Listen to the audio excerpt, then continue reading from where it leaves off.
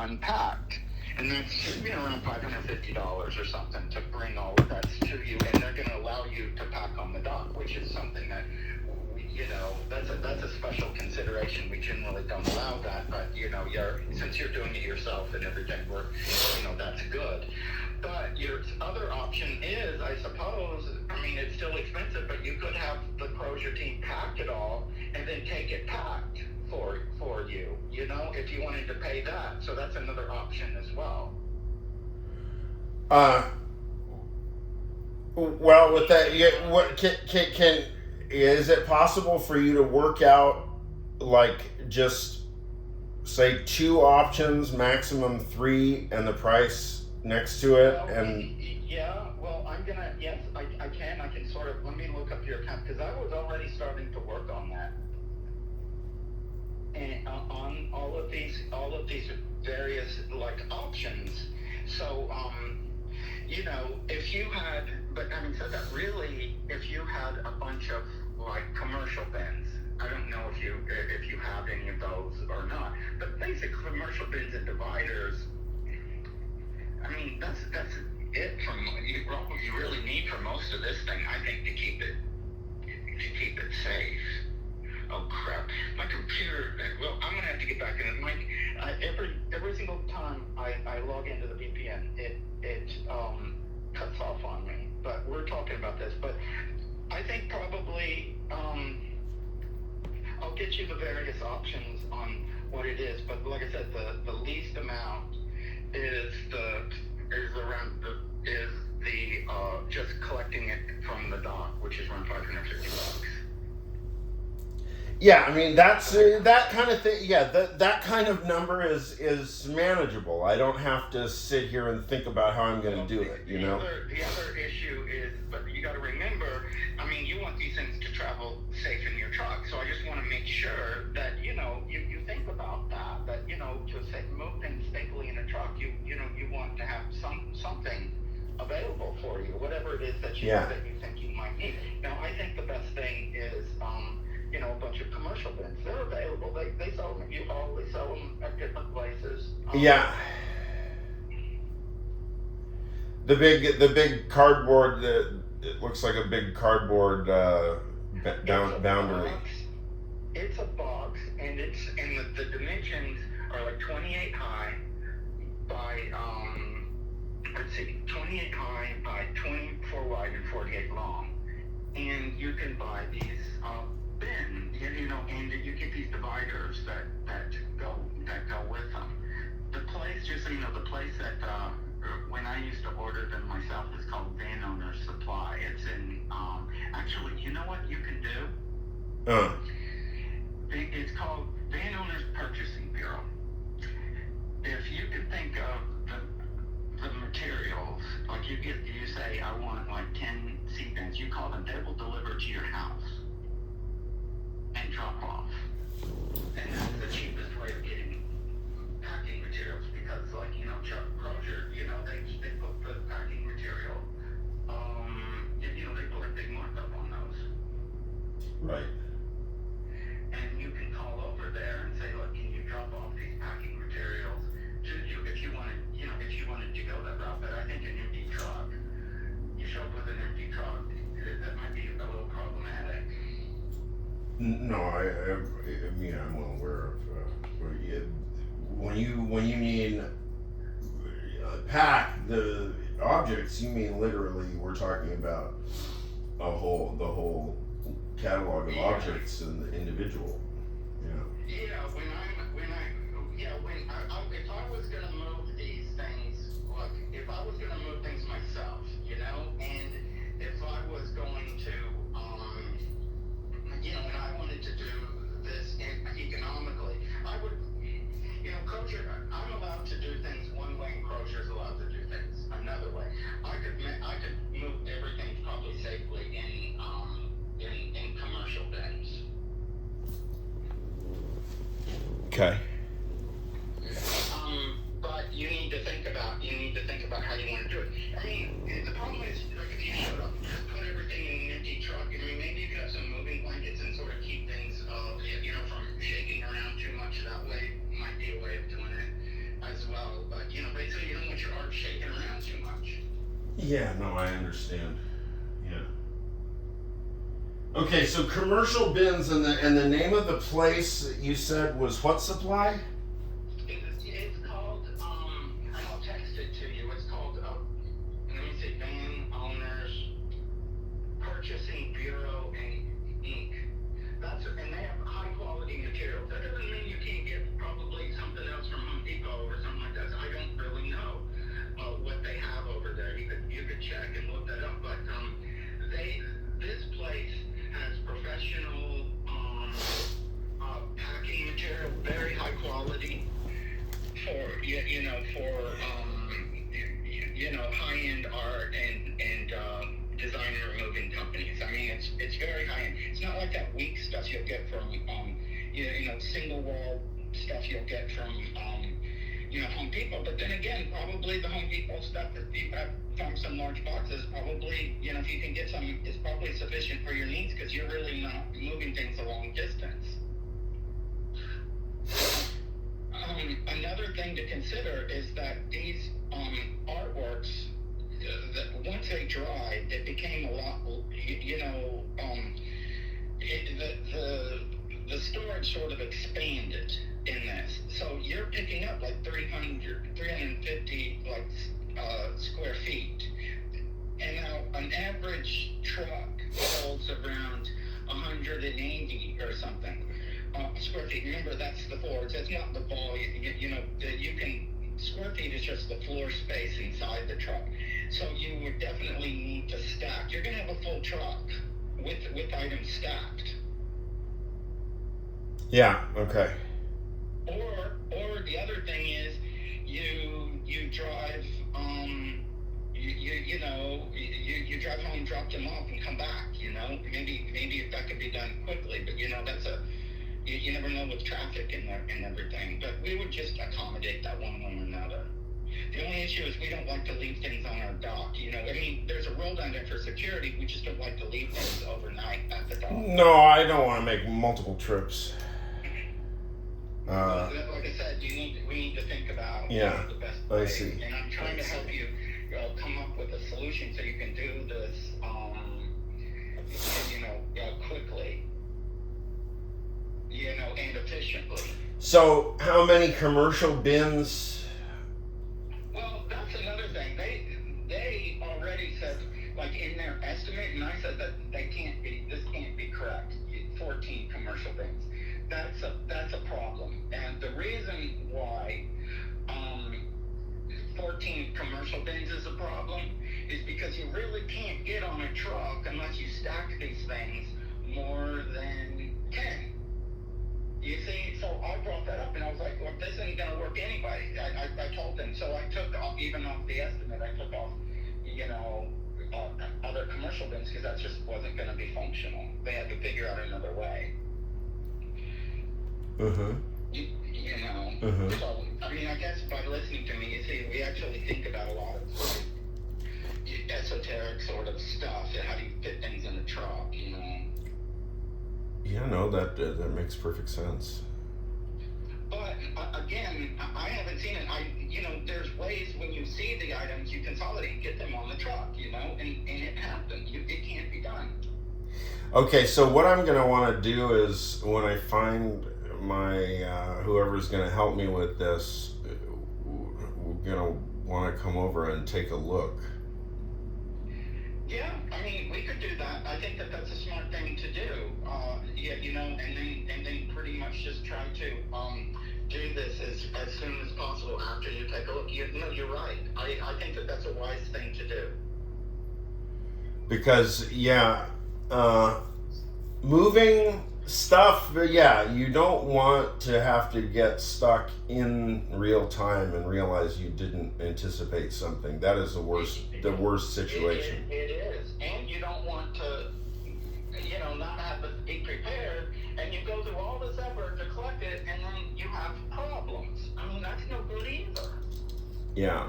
You don't want to just sometimes when I go and I talk to people, they want to know crazy stories of things that people have done because they've gone cheap on their artwork and then things happen. I don't think that you would do anything just totally idiotic idiotic. Like this, I'll give you one example. One person decided to move Syrian mosaic on top of the roof of their car with each person's hand holding it on top. They got a block before it fell off and crushed. I mean, these things. I mean, you have to. Oh, I shouldn't laugh. I mean, it's not funny. Wow. But this stuff happens. I mean, we could go on forever. You know, like I'll tell you, I was just at a conference last week, and the woman was complaining. She was an insurance company. She was complaining, oh, we had my housekeeper hang the Basquiat, and it was like some glass thing, and you know. Wait, the story is what? The housekeeper hung the Basquiat?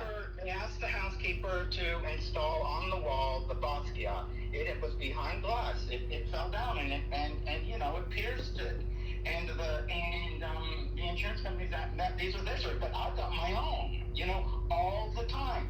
And I think a lot of the things, just so you know, I don't think a lot of the things that we do is magic. It's just that there's practical concerns, and anyone who's halfway reasonable can sort of like look at it and see it, but maybe some people aren't capable. So when the hold on a second, when the claims adjuster came over, or got the story. Wait a second, you had the your housekeeper hang the Basquiat. How did the insurance company take that? Not very well. But the reason that we have these conversations is that we were talking about how you warn people about situations that are problematic ahead of time. And she brought up that one. My story from her was not the one I just mentioned to you, but a different, because we were talking about inside a house, where I was asked to advise whether it was smart or not to hang a very valuable artwork in a small room with a pool table in the middle of it. And I said, I think you're going to have a risk of when someone tries to play pool to put a hole through it. They told me that everyone in their house that plays pool is very conscientious of the artwork. Yeah, I mean, it got a hole within a week. Whatever. You know, these happen. You know, most of the things that I deal with, you know, if someone could just think reasonably, you know, you can work through this. Stephen, you have a future as a screenwriter. Well, I mean, you have unlimited material. I can tell you one thing. Art services, I'm at my wit's end with this. I don't know if I can do one more day of art services. Oh, I didn't realize that. I thought that you were like really, because you have a lot of experience and stuff. I mean, it's the industry's changed, or how did you get? How are you at your wit's end now? The industry. This is what I'm dealing with. If you want to hear me complain, sometimes I can make my complaints humorous, but I don't know. That's okay. But the issue is that when I started in art services and all of that, it was working with people on their projects. And working with people directly on a lot of interesting artwork. And now it is just so transactional. I'm a secretary now, pumping out work orders night and day and trying to get people to answer questions. I got a question this morning. What does the warehouses at the airport look like on the inside with the, you know, if something has to stay overnight? And I'm like, honestly, you know what I did? I invented the whole thing. I said, inside, you have to look over a locked gate to see the warehouse. Inside the warehouse is a cage. Things are locked overnight.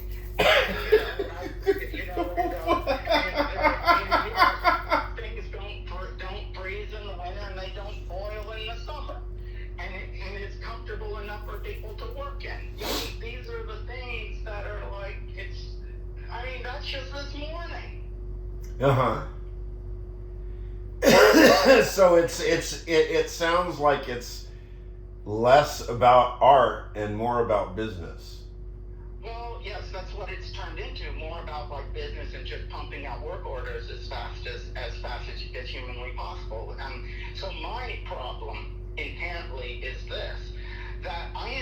because I used to have a job. It was more like engaging clients and whatever else. When I engaged a lot of clients, they want to do work, and to do this.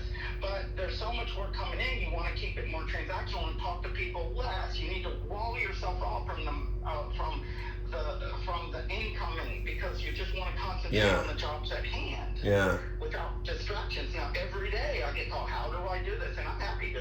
I wish I could just describe to people how to get things done every single day. That would be a fine job for me. But, making work orders, but being a secretary and pumping out work orders, oh my God. And the people who are really good at work orders, I mean, these are human robots. They are, they are completely happy to have their whole life around like their desk or their cubicle. And everything, if everything is in order in that cubicle, they're fine, but anything outside of that, no, but they're better at being, but honestly, sometimes when I hear about like AI taking over people's jobs and whatever else, these folks need to get out of their desk. Let AI take some of these jobs. Yeah, right. It's monkey work, and I feel sorry for the monkey. Right? Yeah. Yeah. I don't know if you saw that poor monkey in Japan. I don't know if you've seen that. No. Okay, so there's this monkey in Japan, and it was abandoned by its parents. Okay. And someone gave it, I'll look it up. Someone gave it a stuffed orangutan, like a toy, and it's sold at IKEA, and it just latches on and carries it everywhere. It's so cute, and now everybody wants this IKEA orangutan. And, okay. So wait, so the story is about the monkey solving his loneliness problem, or the IKEA orangutan? Okay, Punch the monkey has a stuffed orangutan. Yeah. And poor Punch, the baby monkey, got abandoned by his parents. I don't know the situation by that, but it's at the Tokyo Zoo, and someone was nice enough to give it this stuffed orangutan, and like it carries it everywhere. And now everybody goes to the zoo to watch Punch the monkey carry around the stuffed orangutan. So it's them together. The fact that Punch carries the orangutan is the. So what? This has become a tourist attraction? I'm still missing. I think I'm being dense here. The baby monkey is very cute. Yeah. Right? And it carries around, and it's lonely, and it's a tragic story that it doesn't have parents. Right. And so it carries around also a cute stuffed orangutan, and now Punch is a celebrity. So lots of Instagram likes and Punch is a celebrity. This always happens, at zoos and stuff, and whatever, Okay, I just was able to finally get onto your account. I'm gonna look up the various costs. Okay, so the total cost for if Crozier were just going to pack these things, this is like a breakdown. If they were going to pack and use Crozier materials and whatever else, is $2,850. That's 30 hours of Crozier labor if they were going to pack these. Yeah. If you were going to have them pack and deliver and put that on, Yeah. So it's around It's around $550 above that if you wanted them to pack it and drop it off at the dock. Okay. Unpacked.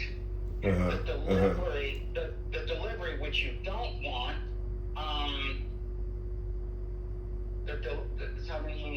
it's about 2,000 something. It's 1,700. That's 2,000. it's around $2,100 worth of delivery to you, which you don't want. So, but you know what that cost would have been. I see. That's three, but you got to remember what they're charging you for. That's they would deliver it, and it looks like to 3 handlers for about 6 hours, and they would bring it and put it wherever you want in your home. Yeah. You see what I mean? But you don't want that, so that's not really an option. But you know what that breakdown happens to be. So so around $3,000 or so if you wanted it packed and brought to the dock. Or $550 brought to the dock unpacked. Let me. I even sent you. I know you don't do the email, but I even sent you a breakdown of what those costs are for the 3 months of rental. Okay. Okay, so the monthly rental is $1,587.2. So there's 3 months of that. So it's 4,761.6. So that plus, so the minimum to be able to release is to pay those 3 months plus the cost around $550 above that. You see, to bring the. So in the money that I had sent, the 14,000 whatever, none of the rental costs was included in that. No, you paid 1 month's rental. You paid the November rental. So there's a December, January, February rental is what it was. You did pay one month's rental, the November. Oh yeah, you said to date. Yeah, you did pay one month's rental. So that's how that is. So, but having said that, yeah, the rental costs, just the rental costs, kill me, Stephen. Yeah, but I don't think I knew about the rental costs. I don't think you ever told me that they were going to be that high. I know, and that's an issue. I mean, sadly, I did look, and it's stated in the emails, but I know you don't read the emails, and I should have been more clear in my phone conversation with you about that. One of the reasons it's expensive is that everything came in wet. It's in what we call our emergency response vault. That's specifically to keep things. It has a separate. It's separate. It's isolated from other people's clients' material. Yeah. Yeah. But on it, and we could. I mean, in order to have moved it into another into the regular storage, we would have had to pack it, which means that there's that packing expense. So it's just better now that it's dry, just to figure out a way. The most cost-effective way was just to try to. Okay, so all right, I think I understand the ballpark. So I understand the if I want you guys to pack it, it's like $2,800, and if I want you guys to pack it and bring it to the curb, it's an additional $550. Yeah. And I think to bring it, the whole release cost. I mean, because I separated these things out to different things. So wait a minute, hold on a second. Oh, I see. I actually, I didn't give you the right amount. I forgot to do the materials. I need to break that down. I'll send it to you in a text with the breakdown. When I told you before the 30 hours of labor to pack it ourselves, I forgot to add in the materials cost, which is substantial. So I need to send you all of that with a proper breakdown. Okay. Of what it is. But again, honestly, if you have I think that with some basic materials, you should be able to get these safely brought to the dock to your house. Yeah. Okay? And if you then at your house you have like shelves and some other things, and you can move them in there, and you feel comfortable. I mean, it's a luxury to pay things like this. Crozier rates. Yeah. It's not. I couldn't afford it myself, Crozier rates, but I know how to do it, and I no way would I pay this. I'd figure out another way. But like I said, if you had some bins and some blankets and some other things, we can talk about the type of materials I think that you would be able to get things safely. But then again, you got to remember, when you get to your house, they're still going to be basically unpacked, and you need to figure out a shelf and some place to put these things. Yeah. Yeah, you know, and like I said, it's 350 cubic feet. That's a lot of space of material, or square feet, so they can stack and stuff. So you need to, it's a consideration even in your home on what to do. Right. With it, you need to think, because a lot of the times when I talk to clients, I say, you know, you need to think of the whole part of the project, from where you collect, for the transport, and think about its final destination in the house, or their store, or wherever. You know, you need to think about where the final placement is going to be. Yeah. You know, you can't just bring it and then all of a sudden, you know, trying to figure out things on the fly. You're gonna you're gonna box yourself in with no place to move. Well, I mean, the practical answer, I've been kind of waffling on this, but I think it is going to have to go into storage in the near term. Like if you would get, you can get. You know, by me. I mean, not.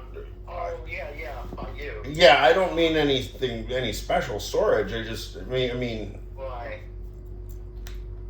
So I think having maybe, I would buy 14 C bins and some dividers. I'll give you a packing material list on what I think to get things from one place to another, and you can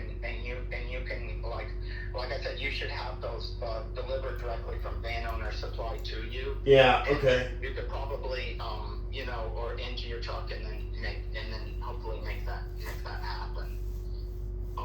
So also, I mean, again, we talked about this briefly before, but if there's any way that you can get reimbursed from your insurance, that's the way to go. I mean, if it is in fact possible. Yeah, believe me, that's on my mind. Yeah. You know, they understand these types of costs, this insurance stuff. So, you know, I have another client that's doing the same thing, and I'm just like, she's asking me about every single cost, and I said, well, you know, first of all, you should only pay a fair price. I feel about that, anybody, even the insurance company.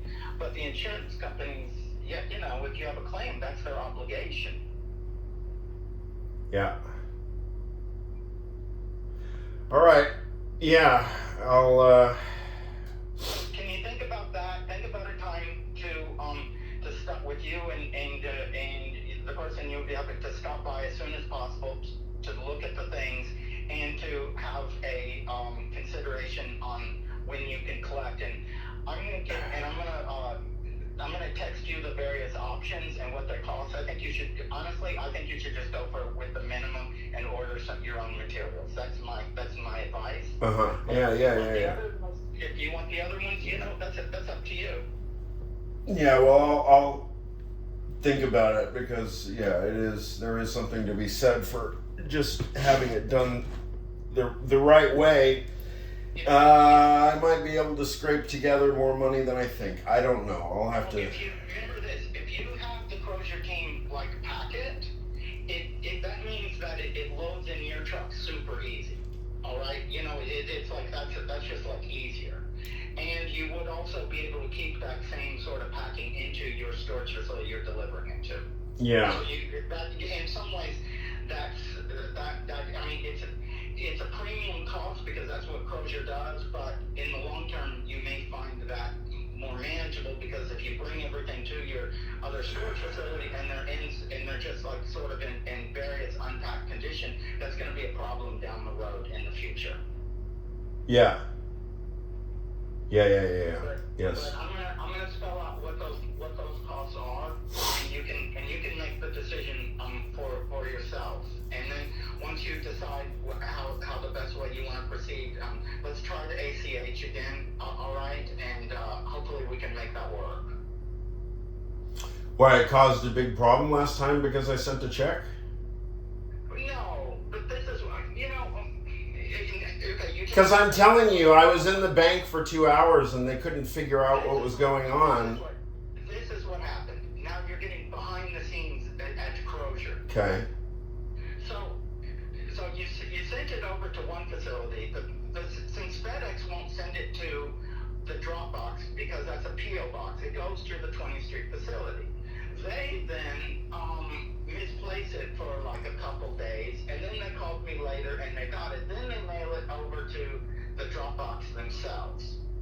I then am in touch with everybody. Then the accounts receivable says it takes 3 weeks to a month to apply these, and I told them that's absolutely absurd. Who could ever vacate a place if you have to wait that long? They were able to make that work and get it within like a week, which I was incredibly annoyed. But I'll work that way. They just everything. Well, I mean, I won't send the check. I'm not insisting on sending a check. It's just it does. I mean, it still doesn't explain what the problem was at the bank. They couldn't find the info. It wasn't coming up. You know what? This is what I'm gonna do. I'm gonna double check all of that and make sure that the info that we're giving you is correct. I'm gonna double check with that. If we can't, we're gonna do it the other way. But at the same time, as long as ACH or wire or whatever. I mean, I do those kinds of transactions weekly. I mean, I've done thousands in my life. So I just need. I need the whatever the routing information, the ABA, whatever. Yeah, I'm gonna send you again the remittance sheet that has all the various options for it, and hopefully either the ACH or the wire works. Because all you have to do if the ACH or the wire works is just if you can just send me a confirmation. That's it. I mean, then if we're done, then that's. No, I understand why it's easier. Yeah, I mean, but if the bank tells me they don't find the information in the system, I don't know what else to do. So. But if you don't mind, we'll just make the effort again this time. That's fine. That's fine. This happen. If it doesn't work, we'll go back to the other event. I just try to avoid a Crozier accounts receivable at all costs. Okay. Yeah, they have no sense of judgment whatsoever. They can't figure out anything. So they frustrate me. But if I have to go through another way, I do it. That's the nature of working for the corporation. Yeah. Okay. Call me again anytime today if you need anything. Got any other idea? I'll work on this and I'll get all those. I'll send it from text and in email both if you decide to check that. Okay. All right. All right. I appreciate it. Thanks, Stephen. All right. I'll talk to you soon. All right. Bye.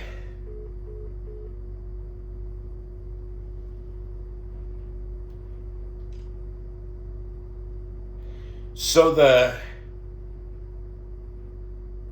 thing that stuck in my mind was the comment about the people that with the Persian mosaic, they decided to put it. Now this is Crozier. They rescue artwork. From my basement flooded and we have artwork damage. So somebody rescued from whatever a Persian mosaic, and then they came to pick it up and they hadn't anticipated transportation costs or packing or anything, so they decided to just put the piece on the top of their car and hold it out the passenger window. So four hands holding the thing, and Stephen said that they got one block before it fell off and it got crushed. And on that note, happy Thursday.